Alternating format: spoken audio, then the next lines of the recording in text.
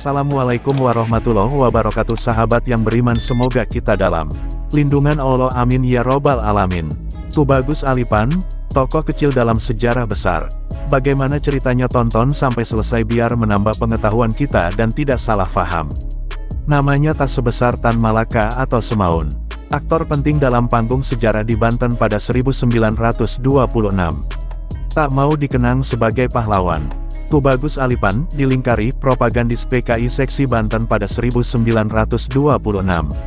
Tubagus Alipan, sebuah kantor koperasi berdiri berimpit di depan rumah bercat putih kusam itu. Seekor burung bertengger di dalam kandangnya yang tergantung tak jauh dari kolam ikan yang airnya keruh kehijauan. Pagar samping rumah berbatasan langsung dengan trotoar jalan masuk ke kampung Kebon Cau, Kebun Pisang, Pandeglang, Banten. Siapa nyana rumah kecil itu pernah ditempati seorang pelaku sejarah penting yang mengguncang seantero jagat Hindia Belanda. Tubagus Muslihat, sang tuan rumah, tampak tergopoh-gopoh menyambut kami. Dia anak tertua Tubagus Alipan, mempunyai rumah yang berdiri di atas sebidang tanah milik pemerintah daerah Kabupaten Pandeglang itu. Bapak dulu tidak meninggalkan warisan apa-apa, rumah ini pun berdiri di atas tanah Pemda. Dipinjamkan, kata Muslihat sambil mempersilahkan kami duduk. Tak ada foto Tubagus Alipan di ruangan tamu seluas 3 kali 2 meter itu. Entah kemana fotonya, kita cuma punya satu foto, itu juga sedang ramai-ramai, kata Uki Ahmad Basuki, anak ketujuh Alipan, sembari menunjukkan sebuah foto kusam dengan bingkai kayu yang hampir copot. Dalam foto itu Alipan berdiri paling kanan. Postur tubuhnya kecil, berkopiah mencong ke kiri, khas penampilan zaman pergerakan. Bapak badannya pendek tapi kekar, kata Uki menambahkan. Tubagus Alipan memang tak pernah disebut-sebut pada banyak buku sejarah. Mungkin namanya tak sebanding dengan kibaran nama Tan Malaka, Semaun dan tokoh lainnya dari periode pergerakan yang sama. Tapi dia memainkan peranan penting pada masanya. Menurut Michael C. Williams dalam Arif dan Bulan Sabit, pemberontakan komunis 1926 di Banten, Alipan propagandis PKI Seksi Banten yang memainkan peranan penting pada hari-hari persiapan pemberontakan PKI melawan pemerintah kolonial Belanda di Banten. Lahir pada 1902 di Pandeglang, Banten. Menempuh pendidikan Hollands Inland School, HIS, di kota kelahirannya. Pada 1917 dia merantau ke Temanggung, Jawa Tengah, di mana dia bekerja sebagai buruh percetakan. Ketertarikannya pada politik telah dimulai sejak belia, terpikat oleh daya tarik Cokroaminoto yang datang berkunjung ke Pandeglang pada 1916. Cokroaminoto adalah manusia hebat dan menyimbolkan kebangkitan masyarakat Indonesia, katanya kepada Michael Williams yang mewawancarainya di tahun 1976. Pada 1921, Alipan jadi anggota PKI. Diserahi tanggung jawab sebagai agen propaganda dan kemudian aktif di Sarekat Dagang di Temanggung. Adalah Darsono, tokoh Sarekat Islam Semarang dan pemimpin PKI di era awal yang meminta Alipan pulang ke Banten untuk membangun cabang partai di tanah kelahirannya itu. Alipan pulang ke Banten dengan perasaan yang mengganjal dalam hatinya. Dia seorang komunis yang merasa kikuk masuk lagi ke dalam masyarakat yang masih dikungkung nilai-nilai kolot. Bahkan saat kawannya, Ahmad Basaif memintanya untuk memasang gelar kebangsawanan Bantennya, Tubagus Alipan menolak. Adalah hal aneh bagi saya kembali ke Banten setelah sekian tahun menghilang. Di Jawa pun saya tidak lagi menyandangkan gelar saya karena hal itu sangat feodal dan kolot, katanya. Ahmad Basaif seorang keturunan Arab Banten. Fasih berbahasa Arab. Alipan, Basaif bersama Puradi Sastra, seorang Sunda Ciamis beristrikan perempuan Menes, Banten, bahu-membahu membangun cabang partai mulai dari goresan kecil. 3 serangkai inilah yang mengorganisir pertemuan, menggalang pengikut dan menyebarkan agitasi. Yang menarik, baik nama Alipan maupun Basaif tak disebut namanya di dalam buku pemberontakan November tahun 1926 yang diterbitkan resmi oleh Lembaga Sejarah PKI pada 1961. Tidak jelas apa sebabnya kenapa nama Alipan dan Basaif tak disebut-sebut di dalam buku tersebut. Peran Alipan, Basaif dan Puradi Sastra terlalu penting untuk dilupakan begitu saja. Terlebih karena kemahiran mereka untuk membangkitkan kesadaran perlawanan kepada kalangan masyarakat Banten. Basaif misalnya, selain tahu adat kebiasaan orang Banten, dia berhasil membuat PKI menjadi organisasi yang tidak terlihat anti agama. Beberapa kali dia menyelamatkan wajah para propagandis lain yang hampir saja jadi bulan-bulanan warga Banten karena memamerkan kecongkakan mereka sebagai seorang komunis. Itu pernah terjadi pada Puradisastra yang menggembar-gemborkan dirinya seorang ateis dan secara sengaja minum kopi di muka umum saat bulan puasa. Alipan yang mengikuti anjuran Basaif untuk menggunakan kembali gelar kebangsawanannya pun menemukan faedahnya ketika menggalang solidaritas keluarga keturunan Kesultanan Banten. Alipan bersama Tubagus Hilman, juga seorang propagandis PKI Banten, bertugas menjalin kontak dengan para keturunan kesultanan. Mereka dengan mudah diterima selain karena gelar kebangsawanannya, juga karena keluarga keturunan Kesultanan Banten memiliki riwayat konflik dengan pemerintah kolonial yang jauh berakar ke masa lalu mereka. Kesultanan Banten dibubarkan oleh Daendels pada 1808 dan pada 1813, Kesultanan Banten dihapuskan sama sekali oleh Thomas Stamford Raffles.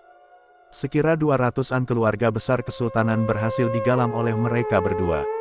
Salah satu tuntutan yang diajukan kepada Gubernur Jenderal Hindia Belanda mereka mendapatkan pensiun. Mereka berdua dengan cepat mendapatkan dukungan dari keluarga keturunan Sultan Banten. Alipan turut berperan dalam pendirian sebuah organisasi rahasia cikal bakal basis masa PKI Banten. Michael Williams mencatat nama organisasi itu bernama Rukun Asli, sementara menurut buku resmi pemberontakan November tahun 1926 terbitan Lembaga Sejarah PKI organisasi itu disebut Pirukun Pribumi. Ketika PKI Seksi Banten terbentuk resmi pada September tahun 1925, Alipan terpilih menjadi sekretarisnya. Bangunan kantor PKI Banten terletak di Pasar Lama Serang, milik Lee Eng Hock, juga anggota PKI. Semenjak berdiri sebagai organisasi yang terbuka, PKI semakin aktif melakukan propaganda dan agitasi.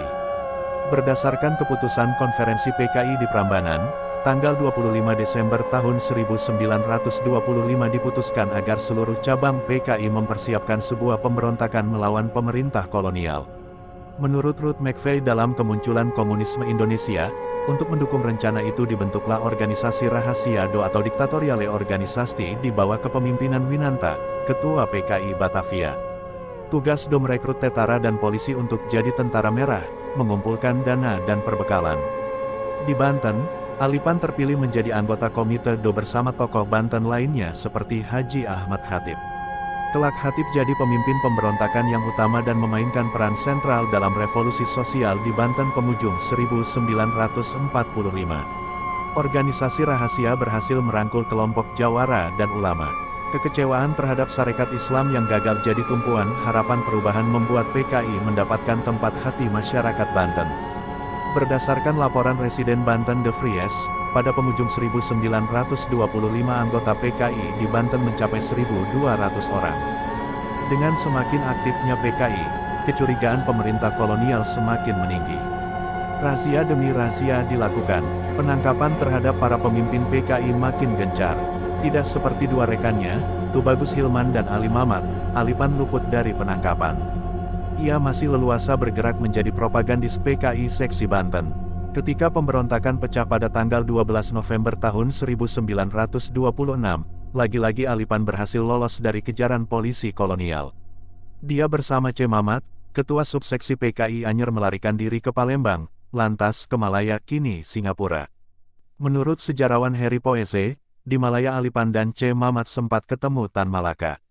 Sasusnya, Alipan dan C. Mamat akan pergi ke Moskow tapi dicegah oleh Tan Malaka. Sejak saat itulah Alipan dan C. Mamat menjadi simpatisan Tan Malaka dan bergabung dengan Partai Republik Indonesia PARI. PARI didirikan Tan Malaka karena kecewa dengan keputusan pemimpin PKI yang terburu-buru melakukan pemberontakan. Masa persembunyiannya di Malaya, Alipan bekerja serabutan dan kemudian diterima bekerja pada sebuah percetakan. Bapak dulu kerja di percetakan Al-Quran di Singapura, kata Uki. Selain bekerja, Alipan juga belajar bahasa Mandarin dan memperlancar kemampuan bahasa Inggrisnya. Bapak dulu kalau ke pasar ketemu orang Tionghoa dia pakai bahasa Mandarin. Bahasa Inggris dan Belandanya juga lancar, kata Muslihat. Anak-anak Alipan tak tahu kapan Alipan pulang ke Indonesia. Menurut Uki, ayahnya aktif di dalam berbagai kegiatan tak lama setelah Indonesia merdeka. Els Ensering dalam tulisannya, Banten in Time of Revolution, yang dimuat dalam jurnal Archipel Vol. 50/1995 menulis kedatangan Ali Pan dan C. Mamat ke Indonesia diperkirakan pertengahan tahun 1930-an. Kemudian pada 1940-an mereka mendirikan organisasi bawah tanah dan menjalin kontak rahasia dengan para jawara dan buruh-buruh di Batavia. Tak ada catatan mengenai keikutsertaan Ali Pan di dalam Dewan Rakyat yang dibentuk oleh C. Mamat, sahabatnya selama pelarian ke Malaya itu. Menurut sejarawan UI Soeharto dalam disertasinya Revolusi Sosial di Banten tahun 1945 sampai tahun 1946, kondisi, jalan peristiwa dan dampaknya Dewan Rakyat yang menggerakkan revolusi sosial di Banten tersebut berhasil dibubarkan oleh pemerintah pada Januari tahun 1946. Kendati memiliki hubungan dekat dengan C. Mamat, Kiai Haji Ahmad Khatib tetap pada posisinya sebagai residen Banten. Soeharto menulis sempat tersiar kabar bahwa Kesultanan Banten bakal dihidupkan kembali dengan menobatkan Khatib sebagai sultannya. Namun hal itu dicegah dengan kunjungan Wakil Presiden Moh Hatta ke Banten. Dalam kunjungan tersebut, Hatta melakukan beberapa perbaikan sistem tata pemerintahan. Pada tanggal 4 Maret tahun 1947, Majelis Ulama Banten berkongres dan menyatakan kepada pemerintah pusat agar menempatkan pegawai-pegawai yang dicintai rakyatnya dan sesuai dengan situasi di Banten. Ali Pan diterima bekerja di Jawatan Pengairan, kini Dinas PU Pengairan, di Pandeglang. Selain jadi pegawai negeri, Ali Pan pun aktif mengembangkan koperasi dan pendidikan. Yang menarik, usai masa revolusi, Ali Pan justru menjadi simpatisan Sultan Syahrir dan anggota Partai Sosialis Indonesia (PSI).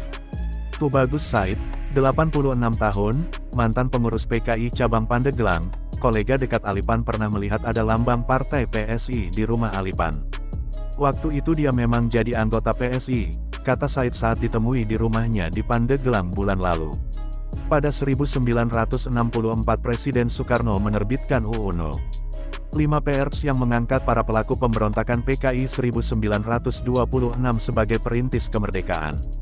Menurut UKI, saat keputusan itu terbit, Ahmad Khatib menyambangi Ali Pan, memintanya untuk mengajukan permohonan tunjangan perintis kemerdekaan. Khatib siap memberi jaminannya, tapi Bapak tidak mau. Ngapain double-double katanya, saya mah kerja udah, dapat gaji. Peristiwa itu, pemberontakan 1926, Red, dulu memang sudah jadi tugas perjuangan saya mah cuma menjalankannya saja, pungkas UKI mengutip kata-kata ayahnya. Terima kasih karena sudah menonton. Assalamualaikum warahmatullahi wabarakatuh.